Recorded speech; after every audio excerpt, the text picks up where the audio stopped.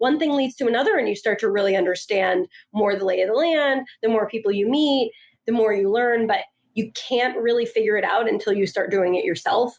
I would not recommend like outsourcing all of your manufacturing or production, because in the very beginning, you need to know your own product. Like you need to be the person who tastes it, who understands exactly what you want, who knows exactly what partners and how they need to make the beverage and all of that stuff.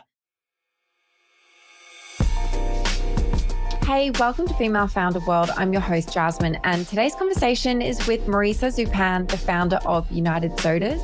If you're not familiar with the company, they launched about 18 months ago, and basically what they do is offer a premium, healthier alternative to your typical kind of soda drinks that are really focused on awesome flavor. So I'll let Marisa tell you her story in her own words.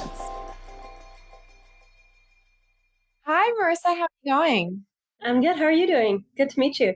I'm good. Great to meet you as well. So when I invite people onto the show, I really like to invite them to kind of give everyone a bit of an introduction into what their business is and a couple of touch points that can help people understand where you are in your entrepreneurship story and how big the business is at the moment. Mm-hmm.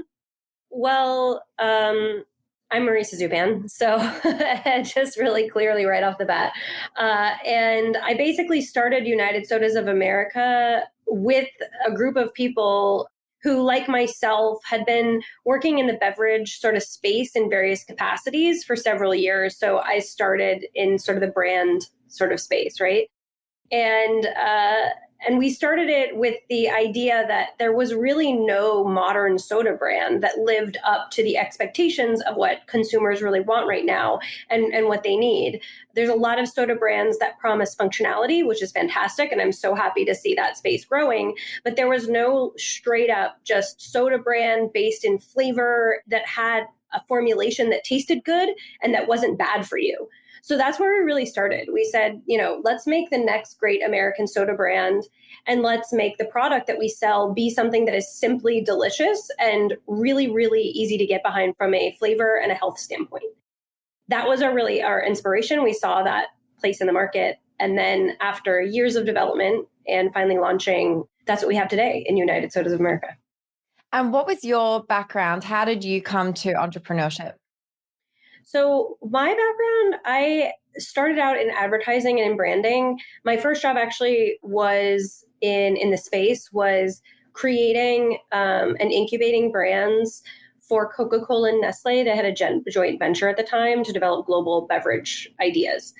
And I was part of an incubation team that just did that globally. It was amazing experience preparing, board decks for Coke and Nestle boards to pitch new beverage ideas to like the biggest beverage giants in the world. It was really fascinating. And I learned how to do research, like quant. I learned how to work with creative teams. I learned how to work with formulators, and I learned how to run focus groups and all sorts of things. So that was really where I started. And it was all like sort of a creative and brand strategy mixed with innovation. It was really what that was about. I absolutely loved it. I then moved on as a strategist to do more in like the digital space and eventually more in like the advertising space and the media space. So I kind of went through all sorts of different aspects of the advertising and media, like system, I guess, and got a lot of experience doing that. And then finally I went out on my own and decided I wanted to just really focus on helping young entrepreneurs who wanted to build a business, build a beautiful, incredible, impactful brand around that.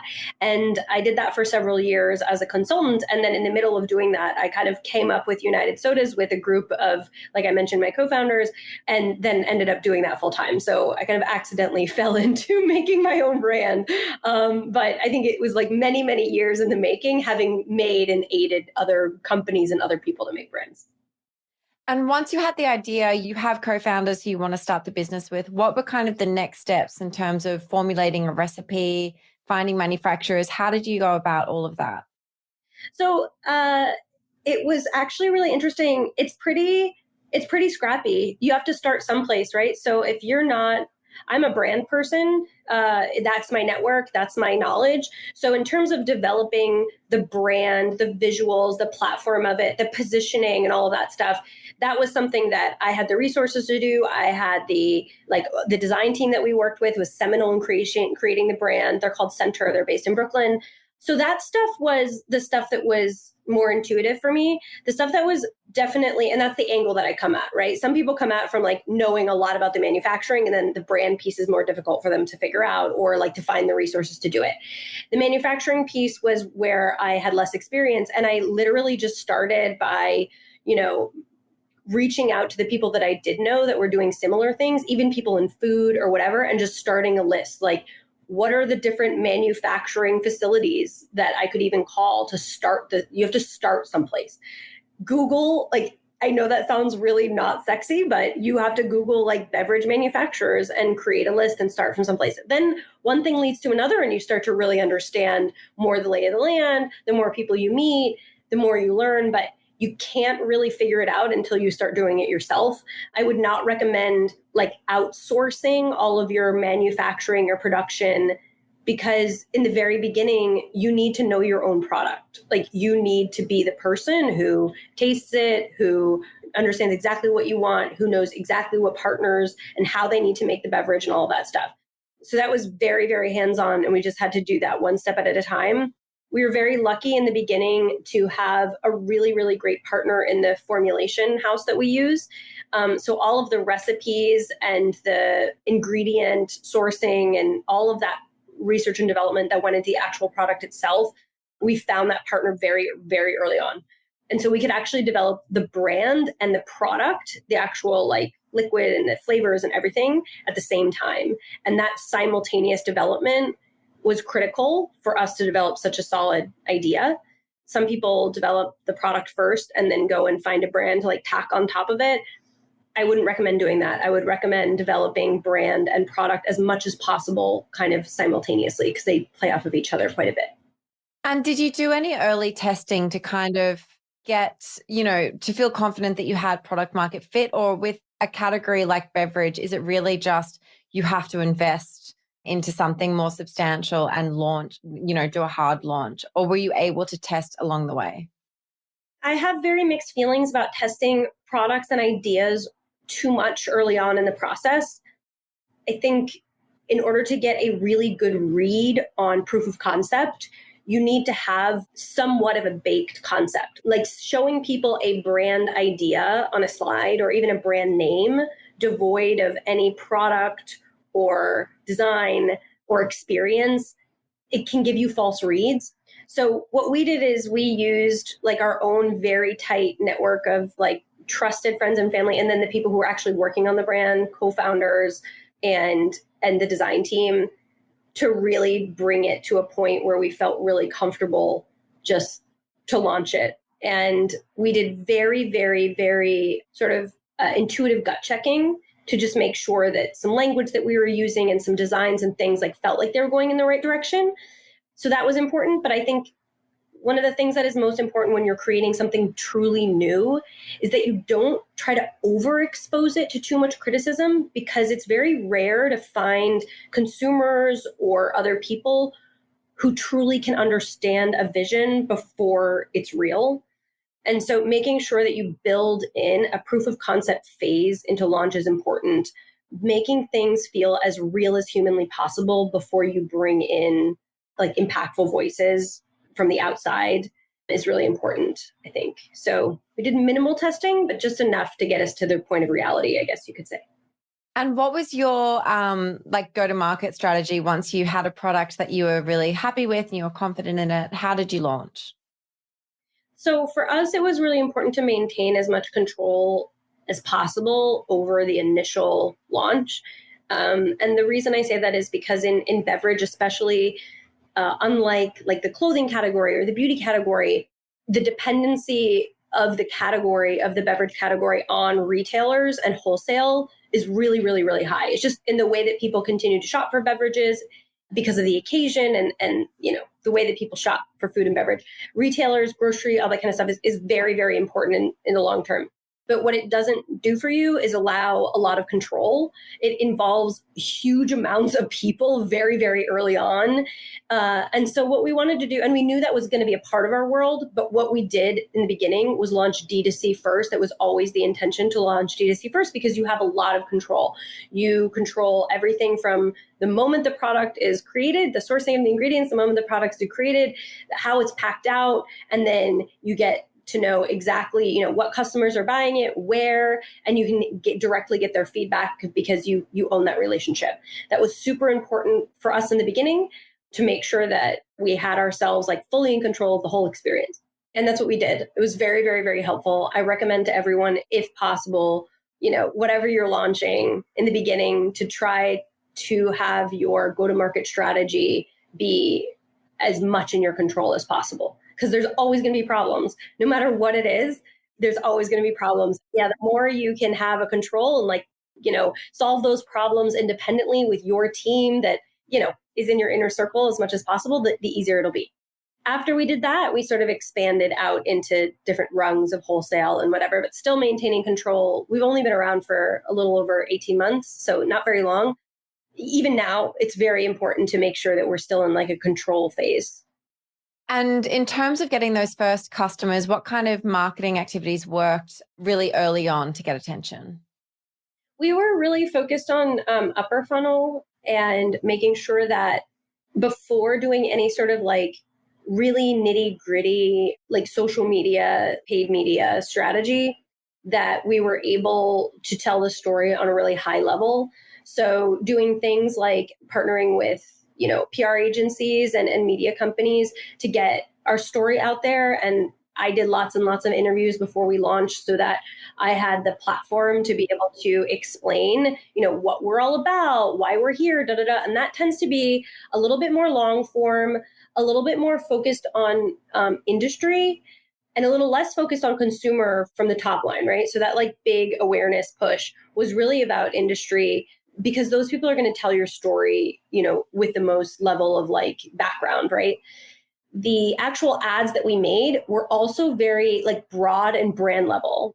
So anything that we did put out in the world in those first few months, it wasn't like, this is exactly how many calories we have and exactly the grams of sugar. And like, here's a cocktail recipe for exactly how to use it and whatever.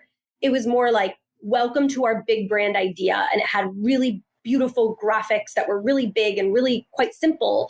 But we really relied on very like bold, broad messaging in the beginning, because that felt like fresh and wow and not too overdone. And then after that, we like brought people down the funnel a little bit more. There are lots of different ways to do it. The energy of our brand is very like big and icon. So it was important for us to get that out there, because eventually your messaging is going to have to drill down into more specifics just by the nature of marketing. So we didn't want to do that too soon before we had like a big brand moment. So we launched with like big press, big, beautiful creative. We had a big out of home campaign that we ran in New York, which was very, very successful. And that generated a lot of momentum, a lot of energy, and a lot of legitimacy for us with the industry. We kind of had like big brand energy, even though we were small. And so we got a lot of interest from really important like beverage players who are interested in understanding like what we're all about, how are we doing, where do you want to be? Like buyers reached out to us immediately. It was great to see that hypothesis play out in the way that it did. But it definitely felt risky, I guess you could say. But it paid off. So that was good. How have you been funding the business to this point? Did you seek like external capital right from the beginning, or how have you been going about it? We were lucky enough to be self-funded within the co-founders in the beginning, which is great because, as I mentioned, maintaining as much control as possible is really ideal. So we were able to make all the decisions about, how we spent the money and all that kind of stuff. But of course, like, especially in an industry like food and beverage, I mean, they're very capital intensive, especially in the early stages. So, or like proportionally, very intensive. So that's probably not going to last forever, but it's been really nice. and also lays a really nice foundation for being able to like really show prospective new investors, what happens when we're able to control the capital the way we see fit and how successful that can be, so that we can really prove that like, hey, like we've done this before, we've spent our money really well. Don't worry, like we got this kind of as much as we can. So as we move forward with different funding paths, which we are, we'll just see how that goes. I'm super curious. I am not really well versed in like the beverage or the food space, but how do you protect your, like, can you patent your recipes? Like, how are you supposed to protect your IP in this space? That's a really good question. You can patent them. We do not have a patent on ours yet, but the biggest barrier to smaller companies in that regard is that it's just very, very, very expensive to own your own recipes. A lot of this, startups, you essentially develop either your own recipes or someone develops them for you, and then they're essentially like ingredient suppliers, right? So like if they develop a recipe for you that requires their ingredients, then that's great incentive for them, because then they know that you'll be partnering with them for a long time, right? That's the way that with very little like IP capital, you can go in and actually create something really, really, really unique. What I think is really important from a food and beverage standpoint is that you have something in the selection that you've created and in the flavor profiles that feels unique enough that it's difficult to knock off. Like flavor is fundamentally a difficult thing to like imitate.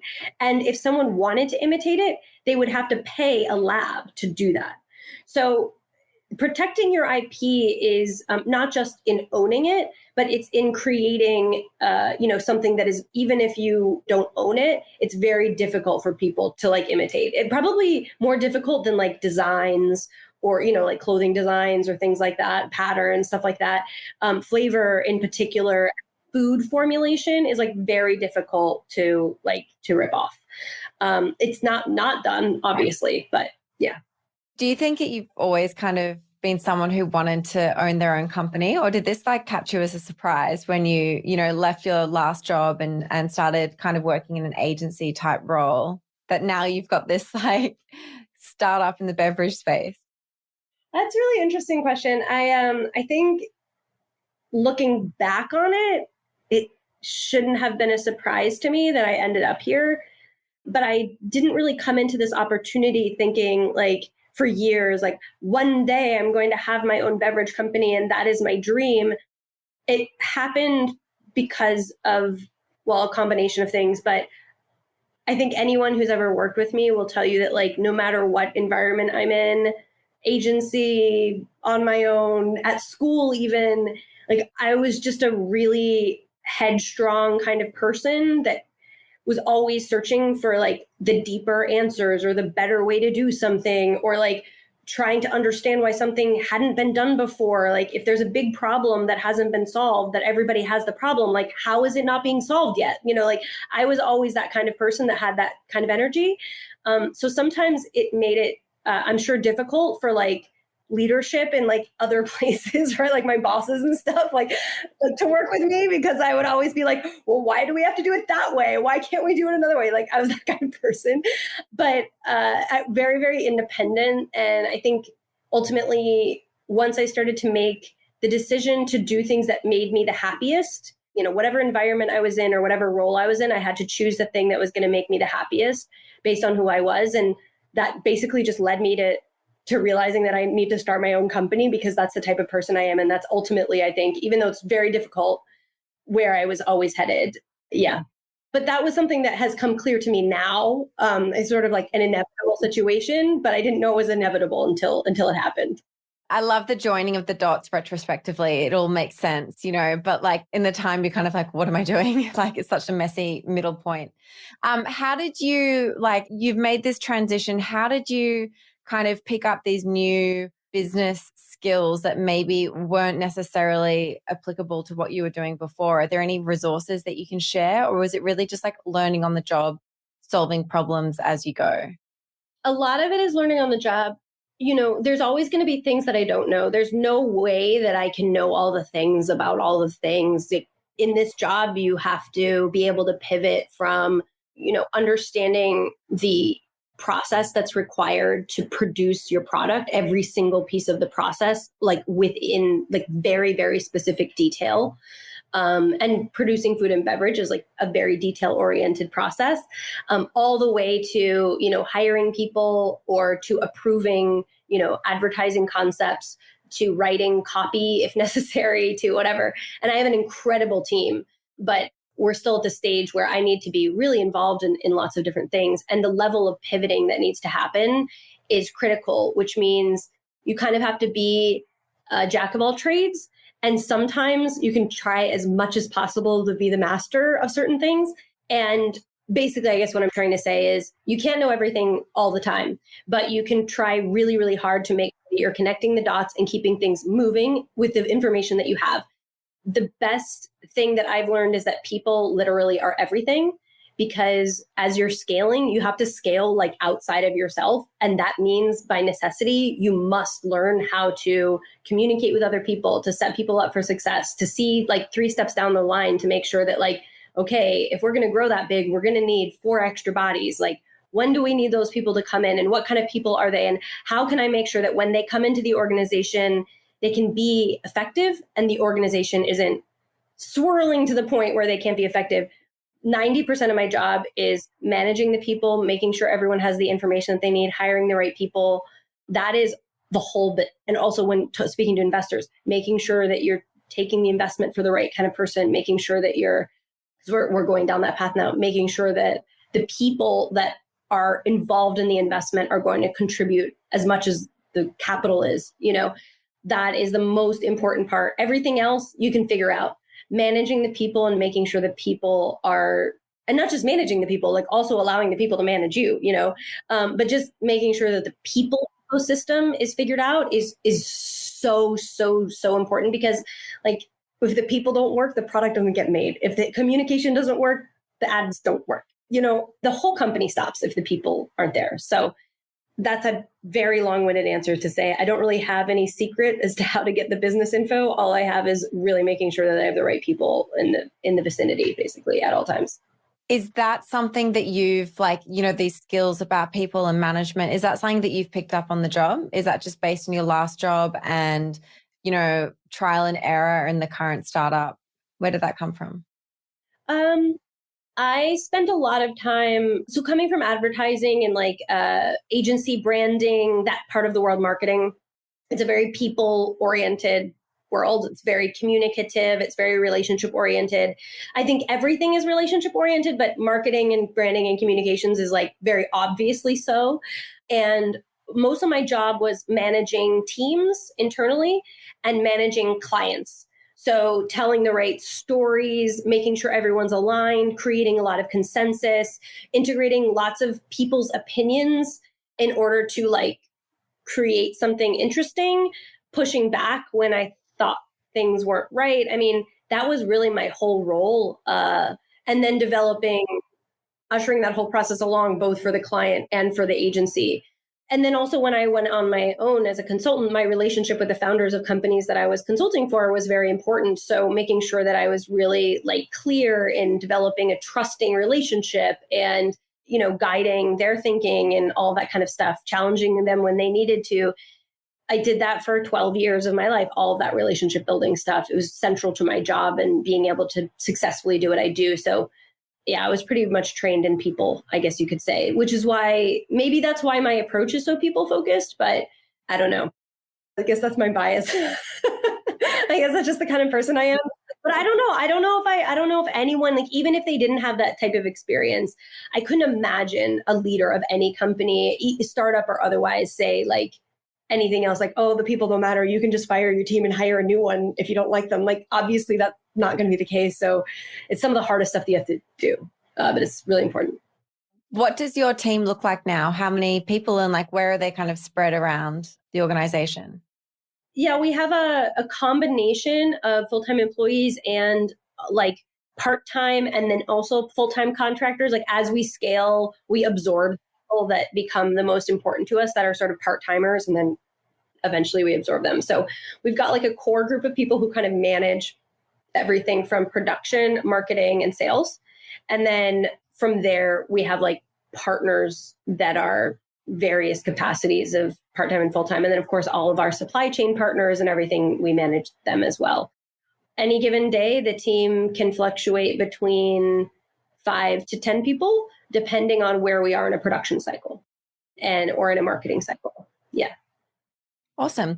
And Marisa, the last question that I ask everyone who comes on the show is, where can they find you? Where can they find your business online if they want to check you out? So we're at unitedsodas.com. Currently, due to really incredible demand, we're in like a restocking phase. But you can just check out the brand there, and we'll be back really soon. That's why I'm in a production right now. And then you can find us in, like, I think 37 of the 50 states, including Alaska and Hawaii, at various like premium markets. So in California, we're in Erewhon. In Texas, we're in Central Markets. We're in Harmon's. In Utah, we're in Plum Market and all the foxtrots in the country. Yeah, so we're in premium markets for now, and then like expanding out into, higher volumes as we go. So. Awesome. Well, congratulations on all of that growth. That's really exciting. And I'll keep an eye out for your restock as well. Thanks so much. It was really a pleasure to talk to you. Thanks for tuning into this episode of Female Founder World. If you want more from us, you can head to femalefounderworld.com. And as always, I'm going to ask you to leave a 5-star review. It's how people find us. See you next time.